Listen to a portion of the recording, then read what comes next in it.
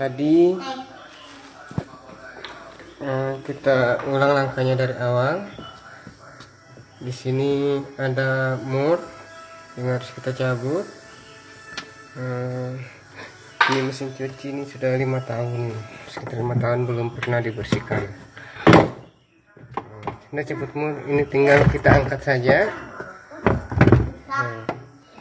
Ini kotoran yang ada di belakang mesin cuci, di bawah mesinnya. Kotor sekali ini, ngeri lihatnya ini.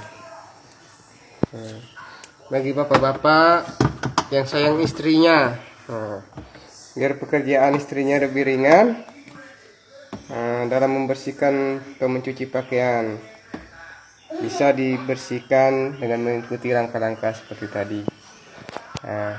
Ini kayaknya tidak bisa dibersihkan di sini, harus dibawa ke tempat yang agak terbuka dan luas, karena agak lama untuk membersihkan ini.